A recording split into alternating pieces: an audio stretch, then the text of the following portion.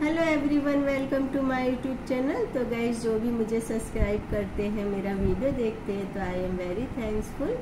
तो कई बार हम लोग ये सोचते हैं कि कोई भी व्यक्ति जो ईश्वर की भक्ति करता है तो कोई ऐसी बात हो जाती है कि वो ईश्वर की ज़्यादा भक्ति करने लगता है।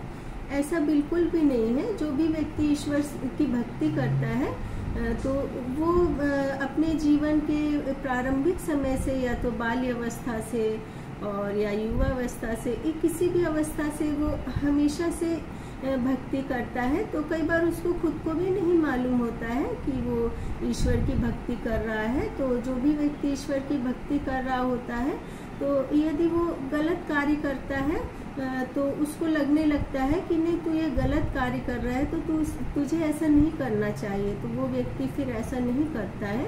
और जब वो संपूर्ण रूप से ईश्वर की भक्ति में आ जाता है तो उससे मोह माया कम हो जाती है, लोगों से उसका लगाव कम होता जाता है, क्योंकि वो ईश्वर की भक्ति में पूर्ण रूप से समर्पित हो जाता है। और कई बार ऐसा होता है कि व्यक्ति के जीवन में कुछ ऐसी घटना हो जाती है कि या तो उसके परिवार का सदस्य उससे बिछड़ जाता है या फिर उसे अपने जीवन में जो कुछ अचीवमेंट करना होता वो नहीं कर पाता है, तो वो बहुत ज़्यादा दुखी हो जाता है। तो कई लोग ऐसे होते हैं जो कि ईश्वर को नहीं मानते हैं, तो जिनके साथ ये घटना हो जाती है तो वो भी कई बार ईश्वर को मानने लगते हैं। और कई लोग ऐसे होते हैं कि वो गलत दिशा में चले जाते हैं। तो जो ईश्वर की भक्ति में चले जाते हैं तो कहीं ना कहीं ऐसा होता है कि उनके फैमिली के मेंबर ईश्वर की भक्ति में रहते हैं, और या फिर उनको समझ आता है कि नहीं, अब तो तुझे पूर्ण रूप से ईश्वर की भक्ति में आना पड़ेगा, क्योंकि अब तेरे पास में इतने दुख आ गए हैं, क्योंकि तुझे अब दुखों में सहारा देने के लिए कोई भी नहीं है, तू अकेला है। तो जो तुझे सबसे मजबूत सहारा देंगे तो वो ईश्वर ही देंगे। तो इस तरह से हम ईश्वर की भक्ति में आ जाते हैं। तो आज मैं अपने कटघरे में लेकर के आई हूँ। मैम बताइए, आप किसको लेके आई हैं? मैंने अब बताऊंगी, अरे 4 मिनट रुक जाओ फिर बताऊंगी। अरे मैम प्लीज बताइए ना, आप किसको लेके आई हैं आज? तो आज मैं अपने कटघरे में लेकर के आई हूँ प्रियंका पंडित को। तो मैं थोड़ा इनका परिचय देती हूँ। तो गाइज, मैं प्रियंका पंडित का थोड़ा सा परिचय देती हूँ। तो प्रियंका पंडित पेशे से एक अभिनेत्री हैं और इनका जन्म जौनपुर के उत्तर प्रदेश में हुआ था, जो कि इनके सरल स्वभाव और सहज भाषा से समझ आ जाता है। और ये गुजरात के अहमदाबाद की रहने वाली हैं। अहमदाबाद में ही इनकी शिक्षा दीक्षा हुई और गुजरात के अहमदाबाद में इन्होंने अपनी प्रारंभिक शिक्षा प्राप्त की। और इसके बाद ये उच्च शिक्षा प्राप्त करने के लिए बम्बई चली गई और बम्बई के सेंट जेवियर्स कॉलेज से इन्होंने स्नातक की डिग्री प्राप्त की। और इन्होंने अपने फिल्मी कैरियर की शुरुआत 2013 से की थी और इनकी अधिकांश फिल्में भोजपुरी थी। और 29 नवंबर 2013 में ही इन्होंने YouTube का चैनल स्टार्ट किया था। और इनकी भोजपुरी, हिंदी और गुजराती में फिल्में हैं, लेकिन सबसे ज़्यादा इन्होंने भोजपुरी पिक्चर में काम किया। इनको इस पिक्चर में अवार्ड भी मिला है और ये एक कुशल नर्तकी भी हैं। और उसके अलावा ये इस समय अभिनेत्री के अलावा बहुत ज़्यादा जो लगन से और भक्ति से सराबोर है, तो वो कृष्ण भक्ति है। तो वर्तमान में ये पूर्ण रूप से कृष्ण भक्त, कृष्ण की सेविका और भागवत गीता के महत्वपूर्ण अध्याय से विचारों और श्लोकों को हम सभी कृष्ण भक्तों और युवा पीढ़ी तक पहुंचाने का नेक और सुदृढ़ कार्य करती है।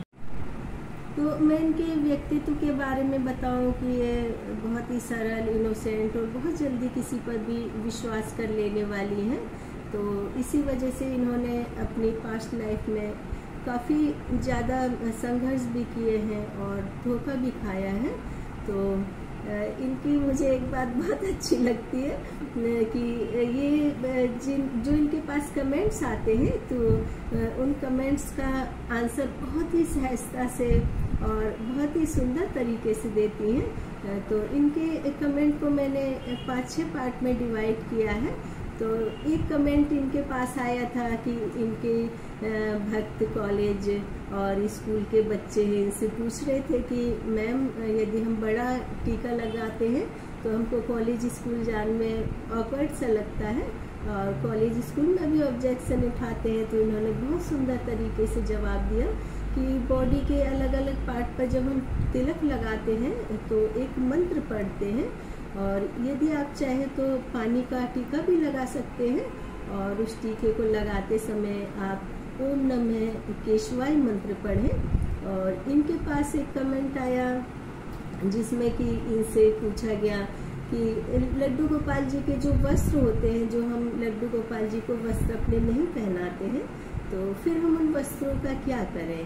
तो शायद इनको भी इस बात का पता नहीं था, तो इन्होंने शायद किसी से पूछा, तो किसी ने कहा कि ये जो वस्त्र होते हैं उनको हमको नदी में या तालाब में प्रवाहित कर देना चाहिए।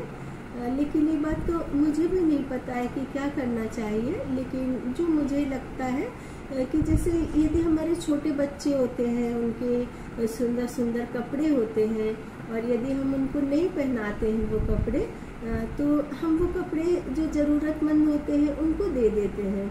तो इसी तरह से ये हमारे लड्डू गोपाल जी हैं, हम जो इनको कपड़े नहीं पहनाते हैं तो उन कपड़ों को पानी में प्रवाहित बिल्कुल भी नहीं करना चाहिए, क्योंकि इनको हम अपने बच्चों की तरह ही पालते पोसते हैं।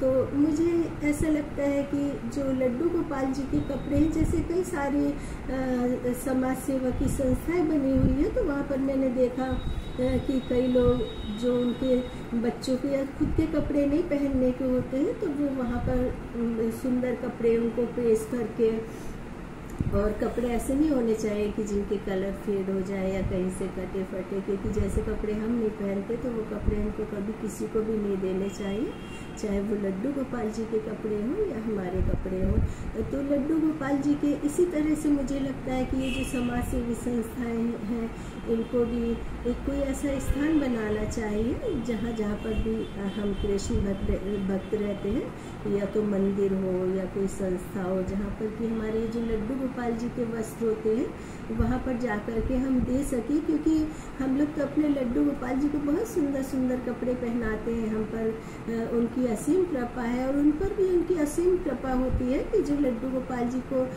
बहुत ज़्यादा कपड़े नहीं पहना पाते, क्योंकि उनके अंदर जो लड्डू गोपाल की भक्ति और श्रद्धा होती है वो भी हमारे ही बराबर की होती है। तो यदि उन लोगों को लड्डू गोपाल जी के सुंदर सुंदर वस्त्र पहनाने के लिए लड्डू गोपाल जी को मिल जाए तो बहुत ही अच्छा होगा।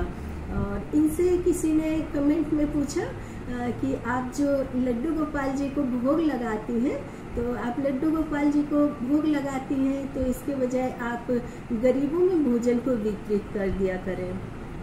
तो इसका भी इन्होंने बहुत सुंदर जवाब दिया था। तो मैं भी ये कहना चाहूँगी कि जो हमारे लड्डू गोपाल होते हैं, तो हम इनके लिए जो भोग बनाते हैं, आप देखिए कितने छोटे छोटे से बर्तन होते हैं, इनके कटोरी, थाली, गिलास, चम्मच वगैरह बहुत छोटी छोटी होती है, और इनका जो भोजन भी बनाते हैं तो बहुत श्रद्धा से, बहुत भक्ति से बनाते हैं।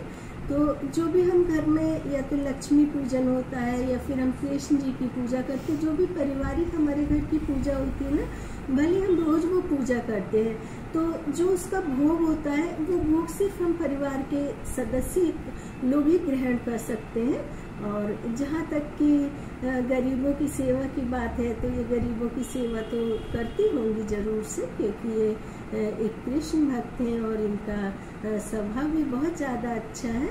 और इनसे किसी ने ये पूछा, आज मैं सुबह सुबह ही इनका वीडियो देख रही थी कि हमको कैसे पता चले कि हमारी जो भक्ति है वो सही दिशा में जा रही है और भगवान हमारी भक्ति से खुश हैं। तो इन्होंने इसका भी सही उत्तर दिया कि जो भगवान की भक्ति होती है वो हर कोई अलग अलग सोच से करता है, भक्ति के तरीके भी अलग अलग होते हैं, लेकिन जो ईश्वर की प्रार्थना होती है, ईश्वर के पास जाने का जो रास्ता होता है वो सभी के लिए एक होता है। जैसे कि गृहस्थ वाली जो महिलाएं होती हैं, तो वो जब लड्डू गोपाल जी की पूजा करती हैं तो उनसे कहती हैं कि जैसे आप हमारी संतान है वैसे ही आप हमारे बच्चों को भी खुश रखें, उनको तरक्की दें। और यदि कोई जॉब वाले हैं तो वो ये कहते हैं कि हमको जॉब में तरक्की मिले, या कोई बच्चे स्टूडेंट वगैरह है वो कॉलेज स्कूल में पढ़ते हैं तो वो भी यही चाहते हैं कि हम भी ज़्यादा से ज़्यादा तरक्की करें। लेकिन जो भी कृष्ण भक्त हो जाते हैं तो उनकी ये सोच हो जाती है कि हम जीवन में कितनी भी तरक्की करें, कहीं से कहीं भी पहुंच जाए, लेकिन एक तो ना हम ईश्वर की भक्ति छोड़ें और दूसरा ना हम गलत कार्य करें। जब हमारे मन में ये सोच आ जाती है तो ये समझ लीजिए कि आप पूरी तरह से ईश्वर की भक्ति में समर्पित हैं। इनसे कुछ लोगों ने पूछा कि हम इतना पूजा पाठ करते हैं, इतनी भक्ति करते हैं, तो हम खुश क्यों नहीं रह पाते। तो इसका भी इन्होंने बहुत अच्छा जवाब दिया कि जो हमारे अंदर मोह माया होती है, हम यदि किसी भी वस्तु को प्राप्त करना चाहते हैं और उस वस्तु को हम प्राप्त नहीं कर पाते हैं तो हम इस वजह से दुखी हो जाते हैं और हमको मोह माया, उस वस्तु से हम मोह माया को त्याग देंगे तो हमारा वो दुख खत्म हो जाएगा। तो ये इनका उत्तर एकदम सटीक है। आप देखिए, जब एक बच्चा माँ के गर्भ में रहता है तो वो जब 9 महीने तक माँ के गर्भ में रहता है तो उसके हमेशा हाथ जुड़े हुए रहते हैं, वो हमेशा ईश्वर की भक्ति में 9 महीने तक लीन रहता है। तो ये कहा जाता है कि जब बच्चा माँ के गर्भ में होता है तो माँ को धार्मिक पुस्तकें, श्लोक, भागवत गीता, अच्छी बातें और अच्छी सोच रखनी चाहिए। और जब बच्चा 9 महीने के बाद माँ के गर्भ से बाहर दुनिया में आता है तो उस वक्त वो रोता नहीं है, तो उसको रुलाने के लिए नर्स उसको बहुत जोर जोर से थप्पड़ मारती है, वो फिर तेज रोता है और रोने के बाद उसे लगता है कि बेटा अब तो तू दुनिया में आ गया, अब तो तू मोह माया के बंधन में बंध चुका है। तो ये जो वक्त होता है बच्चे के जन्म लेने का, ये माँ के लिए भी और बच्चे के लिए भी ये दूसरा जन्म होता है। और ये जो मोह माया है हमारे साथ में संसार में जब हम एक जीव का जन्म लेते हैं तभी से हमको मोह पास में बांध करके लेकर के आती है और इसका त्याग करने के लिए हम आसानी से इसको त्याग नहीं कर सकते। इसके लिए हमको बहुत ज़्यादा कष्ट उठाने पड़ते, बहुत ज़्यादा दुख उठाने पड़ते हैं।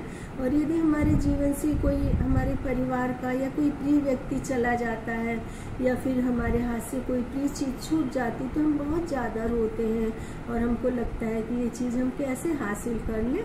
और जब हम बहुत ज़्यादा रोते हैं, तड़पते हैं, परेशान रहते हैं, विरह में रहते हैं, तो उस वक्त हमको ईश्वर की भक्ति करनी चाहिए। जो हम ईश्वर की भक्ति करते हैं, हम अध्यात्म में चले जाते हैं तो उस वस्तु से हमारा मोह कम हो जाता है। तो उसको कहते हैं कि इस वस्तु से हमारा मोह कम हो गया और वो मोह हमारा ईश्वर की भक्ति में ज़्यादा से ज़्यादा चला गया। और हम ज़्यादा से ज़्यादा ईश्वर की भक्ति करते हैं और हमको ऐसा लगता है कि इस व्यक्ति ने हमको धोखा दिया, ये व्यक्ति हमारी ज़िंदगी से चला गया, तो हमको उस व्यक्ति को धन्यवाद दे देना चाहिए कि उसने हमारी एक मोह की सीढ़ी को ख़त्म कर दिया। और यदि मृत्यु से पहले हमारे जीवन के सारे मोह माया ख़त्म हो जाते हैं तो हमको बहुत सुकून से मृत्यु मिलती है और मुक्ति का द्वार हमारे लिए खुला हुआ रहता है।